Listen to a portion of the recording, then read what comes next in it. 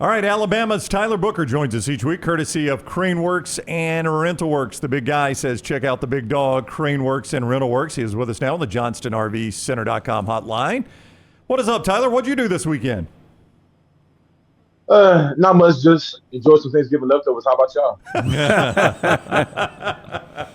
y'all? What an incredible game, man. I mean, the Iron Bowl, especially for whatever reason at Jordan-Hare Stadium, is just so wild and unpredictable. Definitely is. I remember last time I spoke to you guys, I talked about how the stadium gave them superpowers, and the superpowers are definitely active. Hey, look, from your vantage point, I know you didn't have to block anybody because they only sent two. But when you saw Jalen release the football, the trajectory going towards Isaiah in the corner of the end zone, when did you realize, hey, this is we're going to win this game?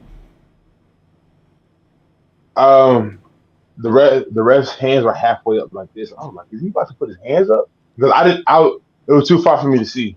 And then my teammates were celebrating. I was like, I don't want to get my hopes up. I was like, I'm gonna just look at the ref. I was just looking at the ref when he put his hands up. I was like, oh my gosh! I didn't know what to think. I was just speechless. I'm sorry. No, I was just going to say, is that the most incredible win that you've ever been a part of, just based on circumstances? Second. So when I was in middle school, I was on the 5th grade, playing on the 7th and 8th grade football team. Everyone in the same sort of fashion. We completed our undefeated season on that drive. We threw Mikey Hayes threw a Hail Mary to Greg Altamore to win the game on the last play.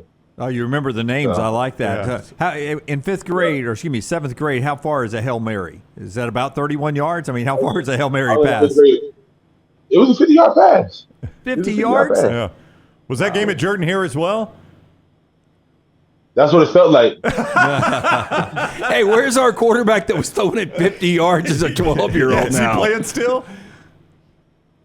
No, I don't even think he's playing football anymore. Oh, that's unfortunate. Yeah, not with that arm. He may be in the big leagues pitching right now. Tyler Booker's with us as we in the aftermath of the Iron Bowl, and we'll look ahead to the SEC championship coming up in a second. Just to get to that point, though, what wasn't clicking offensively, or what was Auburn doing defensively that kept this from being a smooth offensive day for Alabama, that this was in jeopardy down to the final seconds? I mean, when you look at us offensively in the first quarter of the game, our first 3 possessions, I want to say, we were moving the ball. There was nothing that their defense was doing to stop us. It's just we kept shooting ourselves on the foot, and we lost momentum. And in games and environments like that, we can't lose momentum. So I feel like that's the biggest thing that happened this weekend. I don't want to say that we played any harder or less harder at any point in the game. I feel like we had great energy the whole game. It's just we lost momentum. And in environments, in games like that, with that much tension and emotion, you can't afford to lose momentum. Alabama's Tyler Booker is with us, courtesy of CraneWorks and RentalWorks. The big dog says check out, the big guy says check out the big dog, CraneWorks and RentalWorks. He is on the JohnstonRVCenter.com hotline. So we find out from Isaiah Bond the name of the play is Gravedigger. Nick Saban said it's something you guys have practiced. It does require an element of luck. How many times have you personally practiced that play? I mean, is that a dumb question? Is it just one of those things where you guys are working on 2 minutes and you work on every possible situation? How often when they called that play are you like, okay, we've done this? I don't get the Gravedigger call. I just get the protection call, but I see it come up on the schedule probably once a week, every Friday, whenever we're going through fine-tuning things for the game the next day. So we run it once a week, every Friday, just in case. You know, never think is gonna get ran, but I heard it in the huddle. I was like, oh wow, we're here. So yeah, I think most Alabama fans thought it was over at 2nd and goal when you lose 18 on the bad snap. When you guys went back, looked at that, talked about it, what went wrong with the communication there? Are you referring to the bad snap? Yeah. So if you look on film, their safety actually walks up and claps. We've been going off the clap for the whole game. So I heard the clap too. I just wasn't sure, so I just went on the movement of the ball. You know, so that things like that happen. We have to account for that. But in a loud environment like that, you're just waiting and listening on that clap. when you hear any kind of clap, that's distinct and that's on the field, you're gonna flinch. I think everybody on the offensive line definitely flinched and said just snap the ball. So there's nothing that we could have done about that. We just had a next play mentality and we were like, okay, let's respond.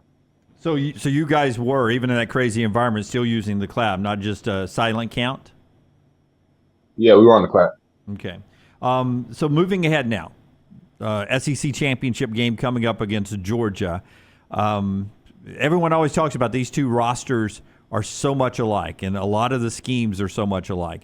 As you start thinking about that game, do you picture Georgia and Alabama being, almost brothers or, not identical twins when you look at rosters and schemes and the way the programs are built? Definitely, and it's very funny because everybody at Alabama at one point almost went to Georgia, and everybody at Georgia at one point almost went to Alabama. So it's funny, like we have great. I feel like everybody has a relationship with somebody on that Georgia roster, so it's definitely going to be a great game. Like one of my best friends at IMG, Warren Branson, who I will be going up against during the game. That's one of my best friends in the world. I'll be playing against him, and this is something that we've been dreaming about ever since I committed to Alabama. So I'm very excited for this weekend. In a sense, Tyler Booker is with us on the JohnstonRVCenter.com hotline. He joins us each week courtesy of CraneWorks and RentalWorks. The big guy says, look at the big dog, CraneWorks and RentalWorks. There are a lot of people on your roster that have had to do exactly what you're having to do this week. That is overcome a crazy emotional game that everybody wants to continue to bask in and talk about and turn around and play an SEC championship game against what might be the best team in the nation. In a weird sense, you guys have prepared for this already. A lot of people on your roster having done it. How much has that leadership already spoken up about what is in front of you this week and getting, even though we continue asking you questions about it, getting Saturday behind you and moving on? Well, we spoke briefly about it after the game. We'll have meetings later on to go over the game, go over film, and really have a talk as a leadership. Well, as a team, excuse me, but after the game, Coach Saban told us, like, hey, this is a wake-up call. A wake-up call for all of us to see where we are and what we need to do in order to perform this upcoming weekend. So we're just excited for the challenge that Georgia presents. And these are the kind of games that make you as a player and make a team.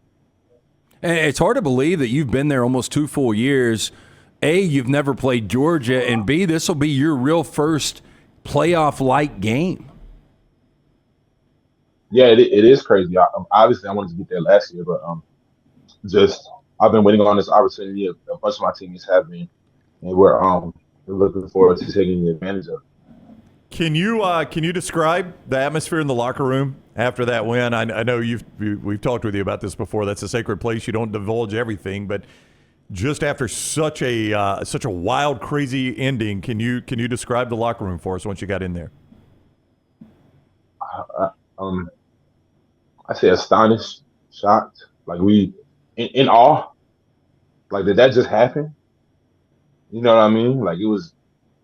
I mean, of course, we believed in it, but it's just for it to actually happen and come to fruition, that win in that kind of environment, in that kind of thing, we were just excited to win the game. Yeah, you know what I mean? Everybody's going to talk about, oh, this team lost to New Mexico State last week. Oh, they're 6-5. You guys should have been that close. At the end of the day, it's the SEC. You're going to get everybody's best every week. So for us to be able to come away with a win, that's the main goal. We were ecstatic to have a win.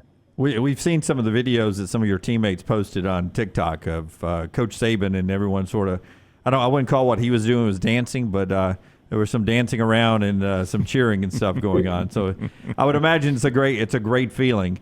And did your mom hang around Thanksgiving, get to go to a game? Was she there? Yeah, everybody was there. Yeah, everybody was able to go to the game. So my little brother, he was he was in the stands crying. My dad told me that my little brother was in the stands. Oh my gosh, we're gonna lose. He's like, Mason, shut up. Just believe. Watch the play. And then 5 seconds later, he's like, oh my gosh. So I know a lot of Alabama. I know a lot of Alabama fans have been scoreboard watching Texas and Florida State and Washington and Oregon. Have you guys been paying attention to that at all? No. I mean, all we pay attention to is who we have upcoming next and controlling what we can control. We can't control if Florida State loses, if Texas loses, if Washington loses, if Oregon loses. What we can control is putting out a great performance and winning this upcoming week to put the committee in a position to where, like, okay, we can't leave Alabama out of the playoff. That's all we can do at this moment. So we're putting all of our energy and focus towards that. He is Alabama's Tyler Booker, getting ready for the Georgia Bulldogs. Good luck in the SEC championship game, Tyler. As always, we appreciate the time. Thank you. Y'all have a great week. All right, See buddy, you soon. too. Take care. Tyler with us on the JohnstonRVCenter.com hotline. Like Elijah McAllister, the Auburn team captain, has all season long. And also Jalen Milroe, the quarterback, Terrion Arnold, the defensive back, who didn't get the touchdown at the end, it turns out. They are presented by CraneWorks. CraneWorks and RentalWorks. I'll get to it. CraneWorks and RentalWorks. That's who brings you those players. They're all big guys. They say, look to the big dog, CraneWorks and RentalWorks.